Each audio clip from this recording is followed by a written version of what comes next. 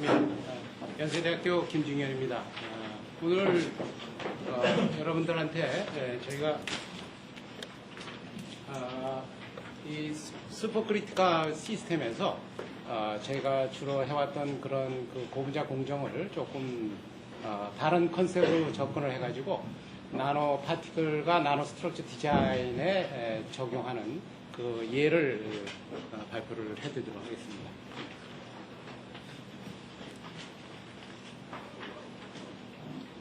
일단 가장 기본적으로 여러분들이 여기서 이해해 주셔야 될 것이 저희는 슈퍼크리티컬 그 플루이드를 연구를 하는 팀은 아닙니다. 단지 그 슈퍼크리티컬 플루이드가 갖고 있는 그 디스퍼전 특징을 고분자 합성 공정에다 접목을 시켜가지고 기존에 적용하지 못했던 컨셉을 실현화시키는 그런 연구를 적용을 했습니다. 뭐 잘 아시다시피 최근에 뭐 청정 기술과 나노 기술이 얘기가 많이 되고 있는데 이 초인계 CO2가 갖고 있는 그 특징이라고 그러면 우선 가장 그 인넛하고 안전하면서 그 다루기가 굉장히 쉬운 그런 그 초인계 유체로서 뭐 초인계 유체라 그러면 바로 liquid like density, gas like viscosity를 갖고 있는 그 특징 때문에 우리가 대체적으로 초인계는 우선 그 굉장히 좋은 솔벤트로서 그 추출 공정에 굉장히 많이 쓰였고요. 그 다음에 이제 그 스트럭처를 깨지 않으면서 익스트랙션을 함으로 해서 구조의 디자인을 하는데 굉장히 큰 도움을 주는 하나의 그 화학공학적인 툴이 되겠습니다. 그래서 저희가 이용한 그 이 CO2가 크리티컬 존을 만들기 위해서는 우선 기본적으로 압력은 뭐 한 73바 정도, 74바 정도면 주목해 봐야 될 것이 온도가 그렇게 높지 않다는 거죠. 그래서 이 시스템을 이용을 하게 되면은 쉽게 초인계의 특성을 사용할 수 있는데 초인계라 그러면은 우선은 저희가 스케일업의 개념으로 가면은 장치비 얘기, 안전도 문제 이게 결국은 압력과 온도의 얘기로 넘어가게 되는데 실제적으로 보면은 기존에 뭐 가스 중합을 하는 정도 이상의 압력을 요구하지 않는 조건에서도 얼마든지 유용한 시스템으로 적용할 수 있다는 그런 그 장점을 갖고 있어요.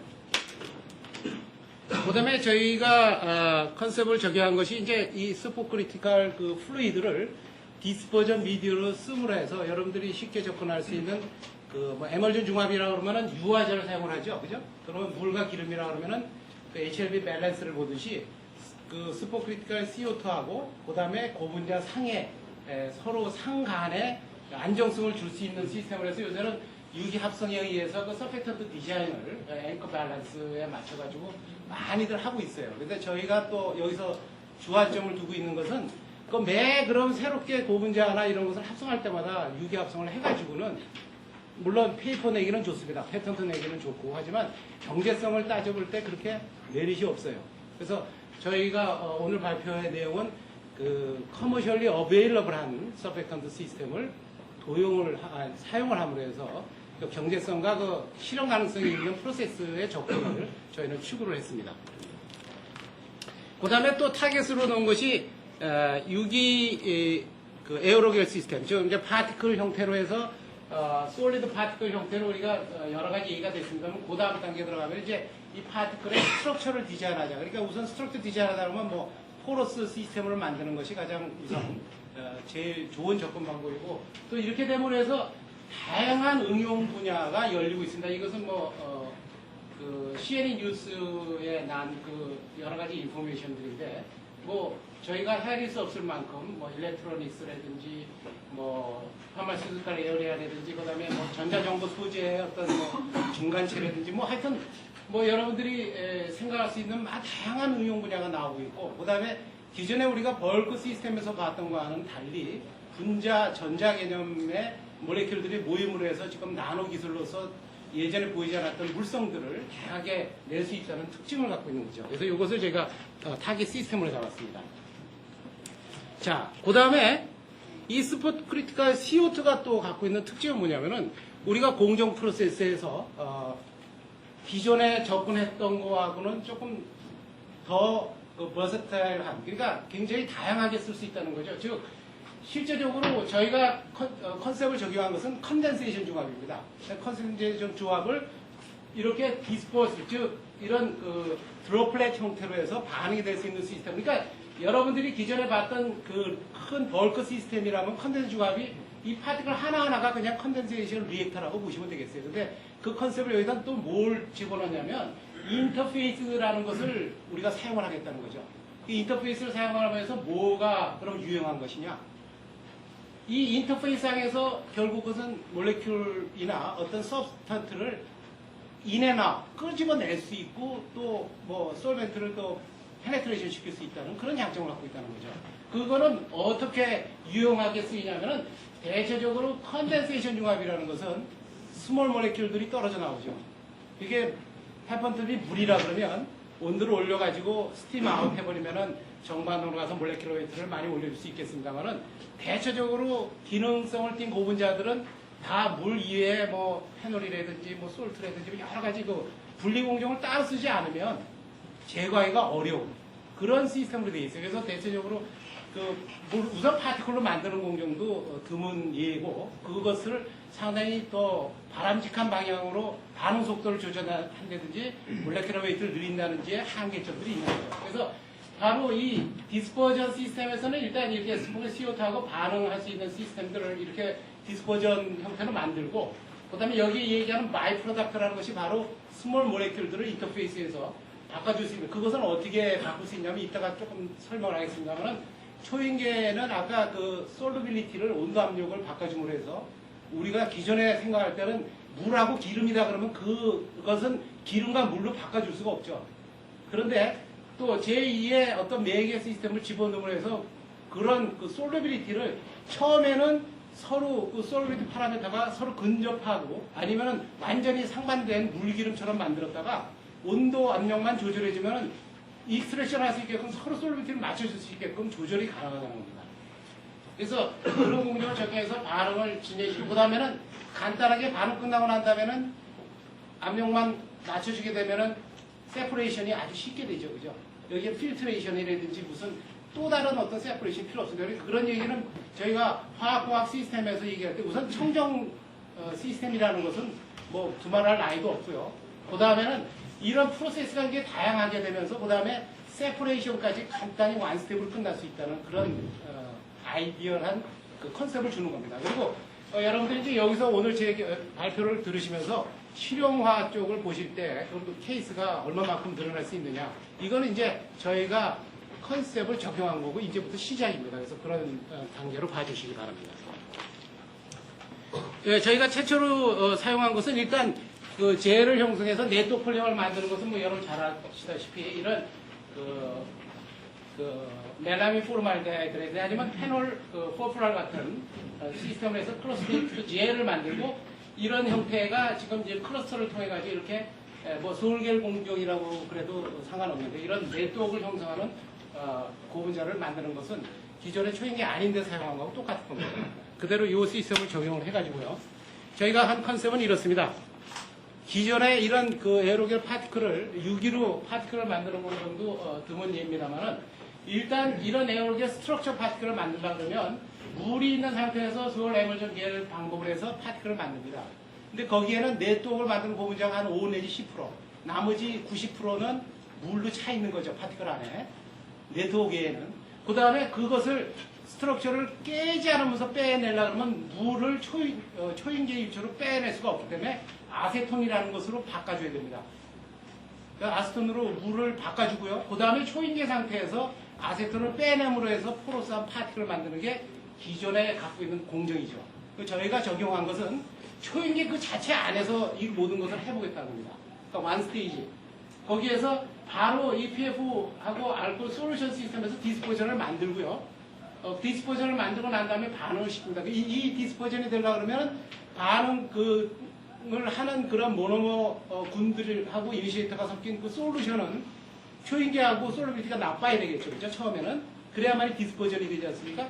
그리고 반응이 되면서 여기서는 이제 알코올이 빠져나가고요. 그 다음에 그 반응이 완전히 끝나고 나면은 다시 온도 압력을 여기서 보이다시피 간단하게 바꿔주면 속에 여러분들 여기서 보시면 아세톤에서 익스트랙션 했듯이 사용했던 알코올이 빠져나감으로 해서 스트럭처를 그대로 만들고 밴드 시킴으로 해서 파티클을 그대로 만들어주는 공정을 얘기합니다. 자, 그럼 저희가 사용한 것은 자, 이것을 보여드리는 것은 초인계 연구를 한다 그러면은 대체적으로 장치의 거대함, 뭐 안전성 이런 걸 얘기합니다. 저희는 뭐 그 펌프도 뭐 리퀴드 펌프 굉장히 뭐 일반적인 걸 사용하고요. 뭐 리액터 여러분들 사용하는 그 시스템 뭐 이상도 이하도 아니야 아주 그런. 그리고 저희가 여기가 비우스를 속에 리액터 시스템을 볼 수 있게끔 비우셀 형태로 해서 만들어 놓은 게 되겠습니다. 자, 그리고 이제 제일 중요한 것이 저희가 이 시스템에다 적용한 것은 바로 사용하는 그 거기에 코솔벤트 사용한 알코올의 이 솔루빌리티의 변화를 이용합니다. 지금 여기 보시면 온도하고 압력에 따라서 지금 솔루빌리티의 변화가 지금 굉장히 큰 것을 알 수 있습니다. 이것은 초인계에서만이 가능한 게 되겠어요. 그래서 지금 이 상태에서 지금 하이 템퍼레처하고 로우 프레셔 상태에서 이 상태에서는 솔루빌리티가 굉장히 낮습니다. 알코올이. 그 다음에 온도가 낮아지고 프레셔가 올라가게 되면 솔루빌리티가 초인계 상태가 굉장히 높아지기 때문에 디스포저 모드를 쓸 경우하고 익스트레이션 모드를 쓸 경우는 한 시스템에서 그대로 온도 압력만 바꿔서 만들 수 있다는 거예요. 자, 그래서 바로 적용한 공정이 똑같은 리액터 안에서 디스포저를 만들어서 그 다음에 요 1800psi 40도 온도 지금 그 단계에 지금 이제 반응 단계는 지금 요 단계가 되겠죠. 첫 포스트 스텝에서 반응이 되고 그 다음에 이제 파티클과 네트워크를 형성하고 난 다음에 그 다음에 이제 여기에 모양새 갖춘 거 이외의 것들은 다시 익스트랙션 시스템으로 해서 뽑아내서 네트워크를 만들어주는 겁니다. 자, 그러면은 저희가 만들어진 결과를 간단하게 보고를 드릴게요. 일단 우선 첫 번째 적용했던 것은 파티클 사이즈는 뭐 마이크론 사이즈가 되겠습니다. 마이크론 사이즈 뭐 사이즈 컨트롤 이런 것들은 그렇게 뭐 썩 잘 된 건 아니고 저희는 뭐 사이즈 컨트롤에 우선 컨셉을 준 건 아니고 그 다음에 솔리드 콘센트가 올라가면서 사이즈 변화도 크게 나타나질 않았습니다. 일단은 이 파티클이 잘 만들어진 것을 저희가 확인을 했고요. 그 다음에 이제 제일 중요한 것이 이제 이 구조가 되겠습니다.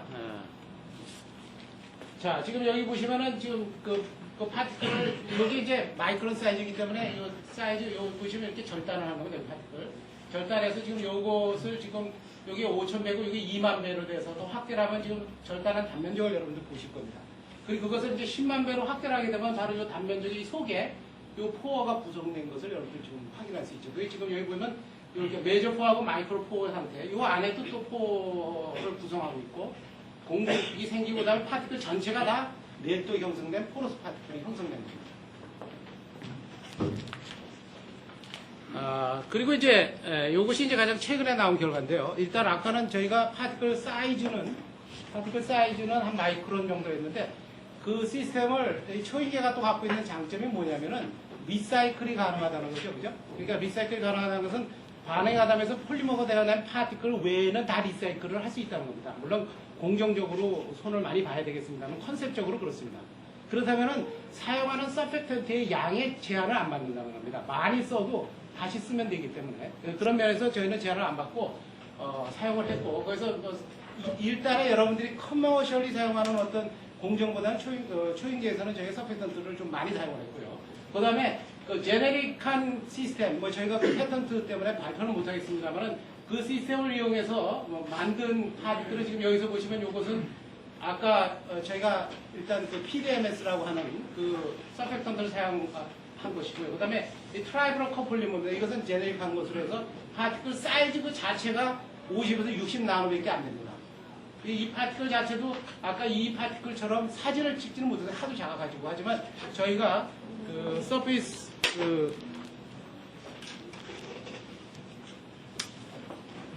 여기 지금 포 사이즈를 된 겁니다. 포 사이즈를 보시면은 지금 파티클 사이즈가 한 3.6 마이크론 정도고 포 사이즈 10에서 이거 한 10 옹스트롱 정도 되고 서피스 에어가 한 540 스퀘어미터 파 그램 정도. 그 다음에 이것이 지금 작게 더 작게 나노 사이즈로 만든 파티클이 2160 스퀘어미터 파 그램까지 지금 그 표면적으로 갖고 있는 파티클을 만든 겁니다. 그 다음에 이제 응용 물성 중에 하나 중에서 이제 열 전도도를 제가 측정을 해봤어요. 지금 시간이 제가 없어서 결과만 말씀드리면 그 KS 밸류 요 세 번째가 됩니다. 지금 이제 파티클 사이즈에 관계없이 지금 보시면 여기에 0.1 한 뭐 0.02보다 좀 작게 그러니까 공기와 거진 같은 정도의 열 전도를 낸다고 보시면 되겠어요. 그래서 간단하게 제 오늘 발표의 결론을 말씀을 드리면은 저희가 그 프로세스를 초인계 상에서 적용하고 해서 그 오픈 포 스트럭처 에어리어 파티클을 상당히 그 복잡하지 않은 공정으로서 만들어 가지고 그 인너 서페이스 에어리아가 지금 많게는 약 2,300스퀘어미터/g까지 된 그런 파티클을 안정적으로 만들 수 있었다는 것을 보고를 드리겠습니다. 네, 제 발표는 보고 마칩니다. 시간을 많이 잘 지켜주셔가지고 질문